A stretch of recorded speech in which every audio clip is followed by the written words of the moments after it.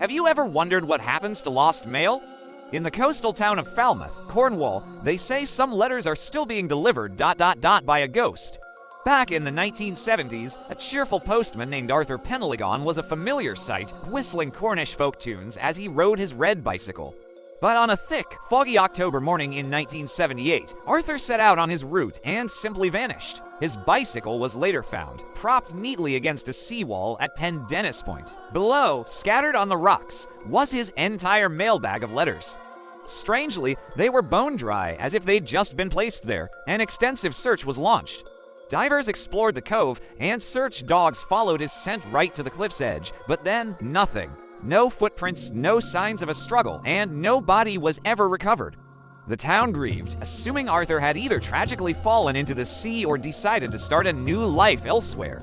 The mystery went cold, but the story was far from over. Soon, the sightings started. On foggy mornings, residents began reporting a silent figure in an old-fashioned Royal Mail uniform pushing a red bicycle that casts no shadow. They say he moves through the mist, a phantom on an endless route. Some have heard a knock on their door, only to find no one there, just a single, old-fashioned letter addressed to a resident who passed away years ago. One chilling account comes from a woman who claims she actually took a parcel from him. It was wrapped in simple brown paper and string.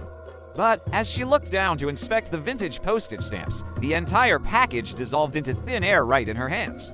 To this day, every October, the amount of lost mail in Falmouth seems to spike. When the sea fog rolls in, locals say their dogs refuse to go near Pendennis Point, whining and growling at the sound of invisible footsteps on the gravel path.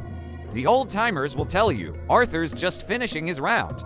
Deliveries don't stop just because you do. Is he a harmless spirit, forever trying to complete his final, unfinished delivery? Or is he a messenger from beyond, carrying final words from the departed? There's a darker theory whispered in the town. They warn that if you ever encounter the ghostly postman and accept a letter intended for the dead, you might just find yourself joining him on his eternal, lonely route through the mists of Falmouth. What do you think happened to Arthur Penelagon? Let me know your theories in the comments below. And if you enjoy tales of the strange and unexplained, be sure to like this video and subscribe for more mysteries. Thanks for watching.